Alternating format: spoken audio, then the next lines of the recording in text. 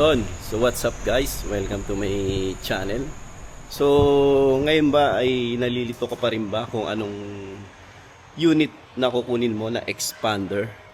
Kung expander crossbar, expander GLS, or expander GLX na manual or automatic. So yun guys, yung mga expander natin is number 1 MPB. No? Best selling MPB natin, yung expander natin. So meron tayo ditong tatlong expander, which is yung expander GLX manual, GLS, and cross variant natin. So, tara pag-usapan natin kung ano yung mga down payment niya, freebies, at difference silang tatlo. So, tara guys, bago ang lahat, kung bago ka lang sa YouTube channel ko, subscribe na kayo sa YouTube channel ko. Click nyo lang yung notification bell and para updated kayo lagi sa aking mga videos and mga promos natin dito sa Peak Motors sa Abad Santos, Manila branch. By the way, I'm Ralph Ignacio, Peak Motors, Abad Santos branch. And tara guys, samahan nyo ako. Pakita ko sa inyo tong expander GLX, expander GLS, and cross. So, quick review lang tayo guys. So tara, let's go. So yan. Ito is meron tayo sa stockyard. Dito is expander GLX manual transmission. Siyempre, dynamic shield design, front fascia, vertical yung grill niya. Tapos, meron siyang silver accent dito sa grill. Then, ito, positioning lamp lang siya. Hindi siya daytime running light. Then, ito yung headlight niya, halogen headlights. Then, meron siyang fog light na halogen. So, makina niya is 1.5. Isa lang ang makina na expander natin. Is 1.5 Maybach engine, gasoline engine. So, dito sa gulong is same sila ng GLS, 17-inch na 2-tone alloy wheels.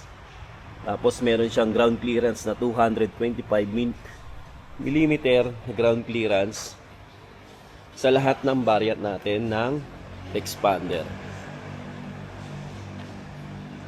Then, ang side mirror niya is black. Door handle niya is black. Tapos, black tong lining na to. Ito sa windows.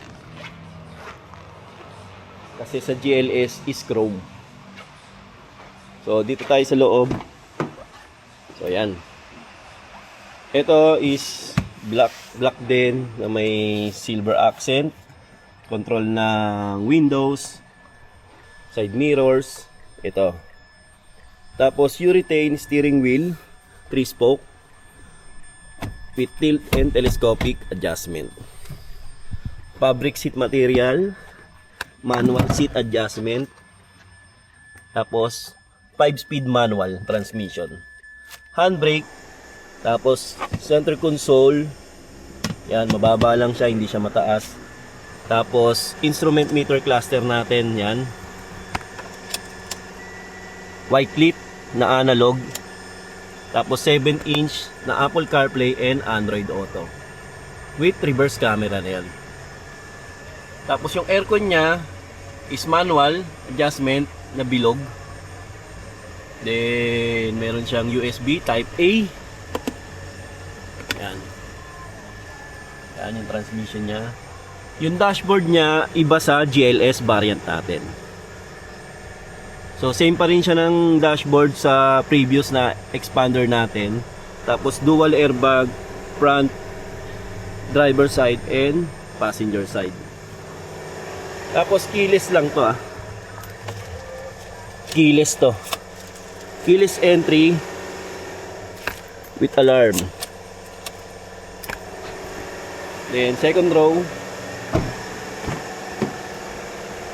So, syempre, second row natin. Wala siya dito charging.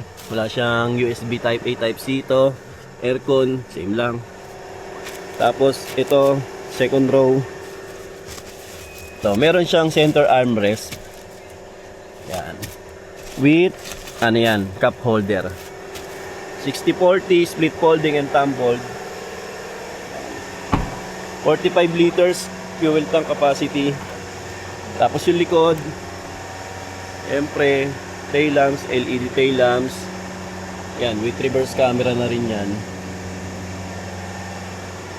Yan. Tapos ito, matte black, yung matte black finish, yung bumper niya, harap likod.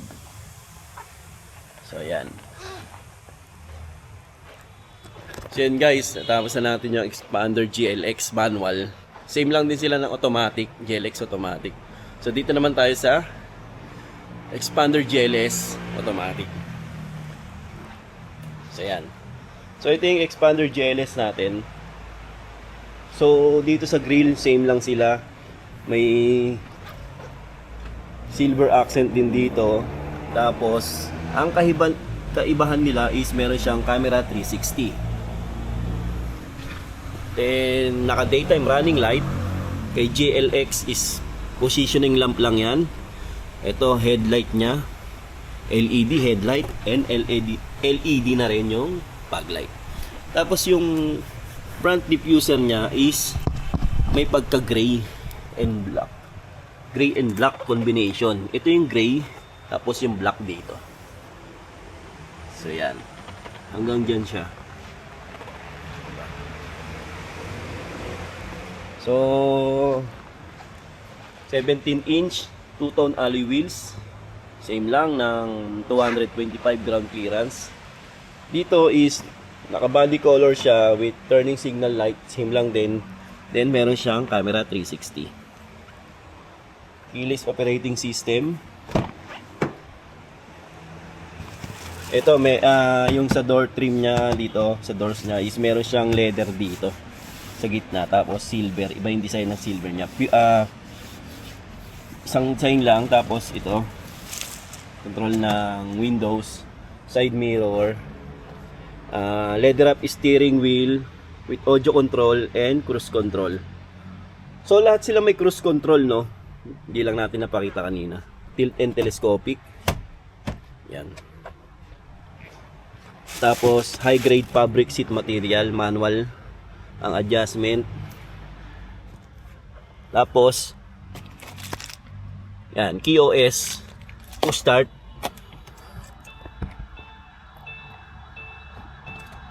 Tapos 8-inch na digital na instrument meter cluster na tayo. Tapos ito yung 10-inch na Apple CarPlay and Android Auto with camera 360 yan. Yan. Aircon, iba na yung design kumpara sa GLX manual natin tsaka automatic. Yan. With electronic parking brake and brake auto hold. Yan. Dashboard, iba rin. Yan. All black siya. Dashboard.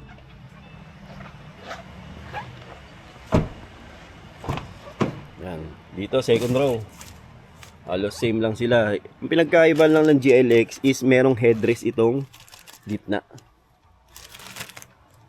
Yung GLX kasi wala, dalawa lang. So, yan lang, 60-40 sliding fold and tumbled. Sa likod, ganyan din. 60-40 with headrest. May libre pampayong. May reverse camera rin. Halos lahat mayroon reverse camera, tail light, LED. Ito yung bumper niya sa likod. So, dito naman tayo sa... So, tapos na tayo sa Expander GLS. Sobrang init dito. So, dito naman tayo sa Expander Cross.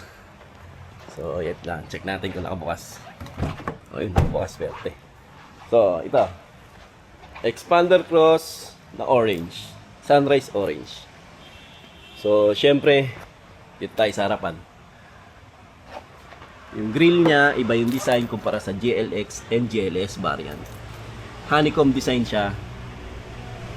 Pero meron din siyang camera 360.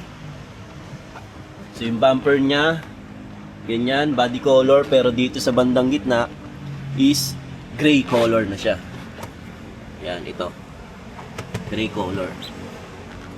LED na daytime running light. LED na rin yung headlight and fog light. So lahat na lang LED yan compare sa GLX variant natin. Tapos dito sa gulong is meron siyang black dito. Hindi ko alam kung anong tawag dito. Pero sa expander cross is design niya talaga yan is yung black. Cladding tawag siguro dyan. Tapos two-tone na alloy wheels pero iba yung design kumpara sa GLX and GLS variant natin. Tapos black yung side mirror, camera 360. Kaya two-tone na tinatawag is yung roof niya is black. Then dito lahat black yan. Keyless operating system. Yan. Dito is meron siyang maroon na ano dito, leather design. Sa GLS natin kasi is black. So dashboard niya, yan. Iba yung kulay. Naka leather seat na siya with heat guard. Tapos manual pa rin yung adjustment. Tilt and telescopic. Steering wheel with cruise control. Tapos 8-inch na rin na 8-inch din yung yung LCD meter cluster natin na digital. Then 10-inch na Apple CarPlay and Android Auto. So yan guys. Yan, electronic parking brake auto hold. Yan, ito yung key niya. Yan. Yung GLS tsaka GLS may seat under tray sa passenger side. Ayan. So ito second row. May charging yan sa gitna. So may center console. Sa GLS parehas lang na center console ng expander cross. Yan, USB type A, type C. Ganyan. Yung sa likod, same lang. Aircon, same lang din. So yan. Day lamps, tapos may rear camera. So yun lang guys, no, quick review lang ng tatlong unit natin. Mainit dito sa taas. Yan, quick review lang ng tatlong unit natin. So yun guys, no, yung kulay pala ng mga expander natin is for expander GLX manual natin is black, jet black mica, blade silver metallic, and graphite gray metallic. So tatlong kulay lang sa GLX variant natin. Sa GLS variant natin is quartz white pearl, graphite gray metallic, red metallic, at green bronze metallic. So ang kulay natin dyan sa GLS variant natin. Tapos dito sa cross variant natin is sunrise orange, green bronze metallic, and quartz white pearl. So yun guys ang mga kulay natin.